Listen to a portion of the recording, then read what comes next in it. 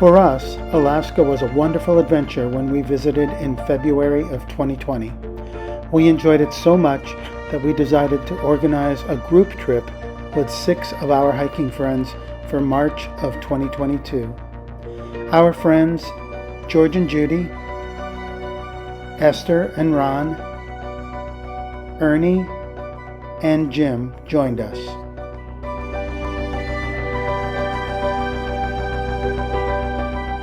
In addition to the splendors normal to Alaska, we were hoping to experience 2 things in particular: the Aurora, also known as the Northern Lights, and a clear view of Denali. After the arduous plane trip, we began to settle into our Airbnb in North Pole, outside of Fairbanks. The Aurora did not keep us waiting long. Within 10 minutes of our arrival, Jim said, "I think the Aurora is out." The resulting display was way beyond our expectations. What an incredible experience.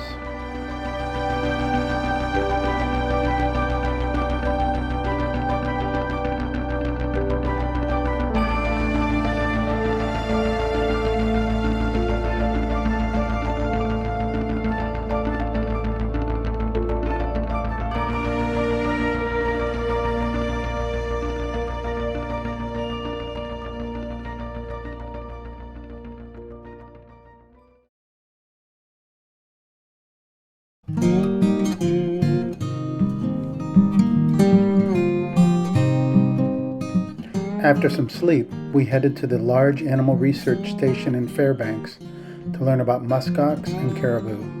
The adults were cool, and the babies were curious and adorable. Before heading back to the house, we stopped by the Fairbanks International Ice Carving Display.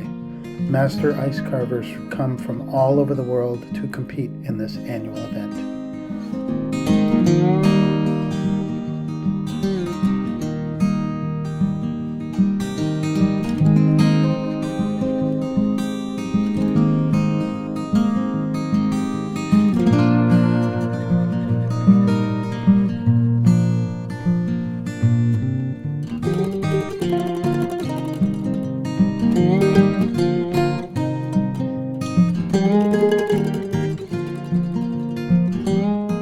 On day 2, we visited the incredible car collection at the Fountainhead Auto Museum in Fairbanks. We even got a ride in a 1916 snowmobile, over 100 years old.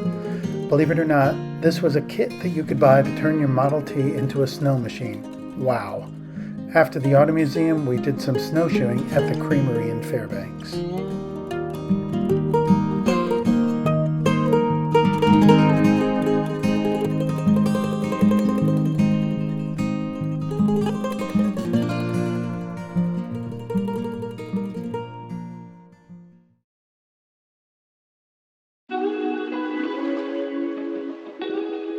The following day, we took our first road trip to Castner Ice Cave, a couple of hours southeast of North Pole. After posing with the creepy Santa statue, we headed down the icy road. To our amazement, the road was literally a sheet of ice that had grooves cut into it by a grater. Despite going 50 to 60 miles an hour at times, we still had people passing us. Alaskans are skilled and fearless drivers, obviously. After the white knuckle drive, we arrived at the trailhead. A 2-mile snowshoe led us to this incredible destination. The ice cave is at the base of a glacier and is created by water flowing out of the glacier in the warmer months.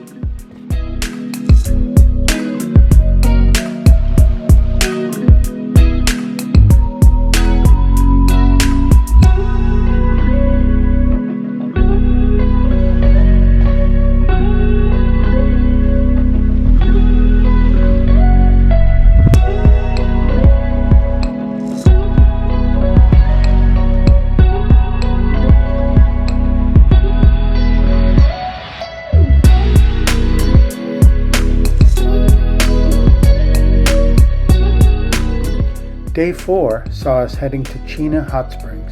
Our first stop was the Ice Museum. George and Judy enjoyed an apple martini served in an ice glass, while Jim tried to hit on a pretty woman, but got the cold shoulder. Sorry. The highlight of the visit was definitely the hot springs. The temperature ranged from 104 degrees to a good bit hotter. Different areas had different temps, so you picked your spot based on the temperature you preferred. George, Judy, and Jim especially enjoyed the pounding water spout. On the way home, I finally got some decent pictures of a moose.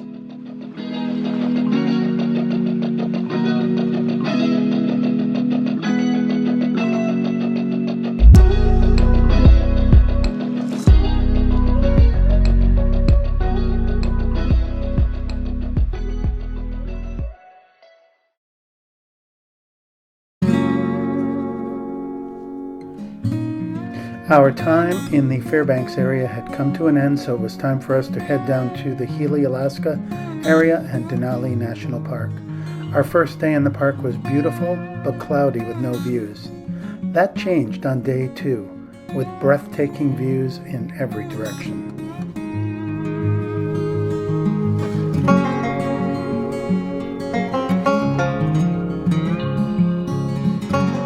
Then, as the day was winding down, Denali gave us a little tease with the top of the peak showing just above the clouds in the distance. Our time in the Denali area was getting short. The forecast for the next couple of mornings was not encouraging, but we still had hopes for a clear view. On our way back down to the visitor center, we were lucky enough to spot another moose with her calf. On the 8th day of our trip, we headed down to Denali State Park, where we did a really nice snowshoe on the Curry Ridge Trail. In clear weather, this trail has an awesome view of Denali, but there was no such view to be had on this snowy day. Later that day, we checked into the McKinley View B&B and headed into the cool little town of Talkeetna for dinner and to take in the sights. The next morning would be our last chance to see Denali. The weather forecast offered a glimmer of hope, but we were not super optimistic.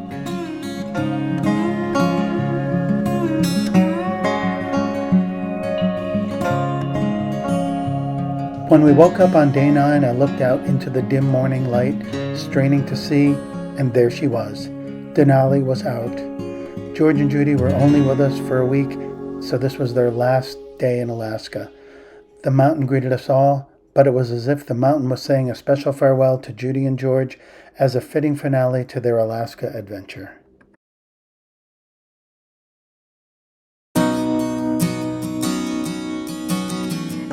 The remaining 6 of us headed south to the Kenai Peninsula and checked into our VRBO house in Sterling, Alaska. This was a really nice rental with great views from the deck and nice amenities like a hot tub.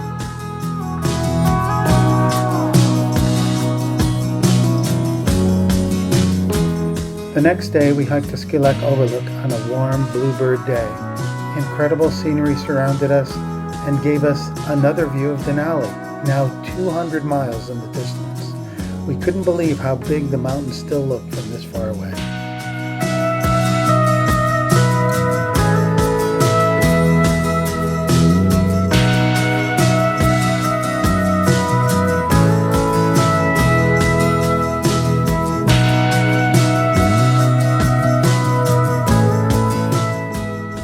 After dinner, some of us enjoyed some hot tub time.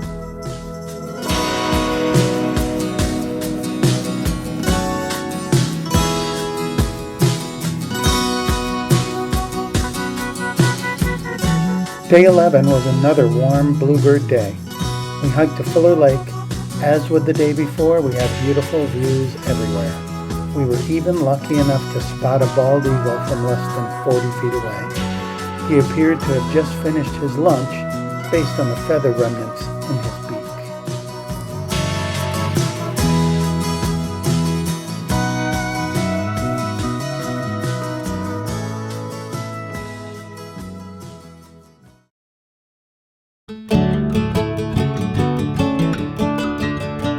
On day 12, we had a special adventure. We headed down to Homer and took a water taxi to Kachemak State Park. The day was supposed to be cool and cloudy, but that did not end up being the case. The day was, again, warm and sunny. Wildlife was abundant beyond our expectations, and the hike to Grenwingk Glacier was incredibly scenic.